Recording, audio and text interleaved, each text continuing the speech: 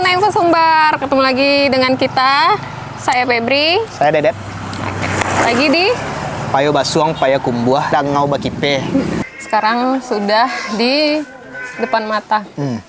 Kita tadi masan yang ukuran. Ketek. Ukuran ketek. Di wak masan yang ukuran menengah. Nampak perbedaannya. Nah. Jadi kok yang ada di siko ada pose bang sama ikan. Ini ikannya ikan nila. Ikan nila ya. Jadi bisa pasan ikan gurami, tapi harus dipasan dulu Sehari sebelumnya. sehari sebelum wak makan di siko. Kalau yang ready itu nggak ada dong. Yep. Acar. Ya, akhirnya punya acar. Gulai pucut ubi. Cobi.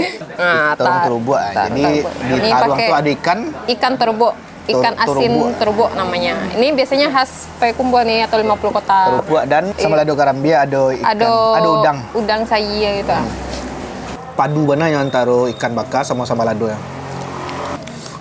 Abah lagi yang bisa dicari. Abah bana ka.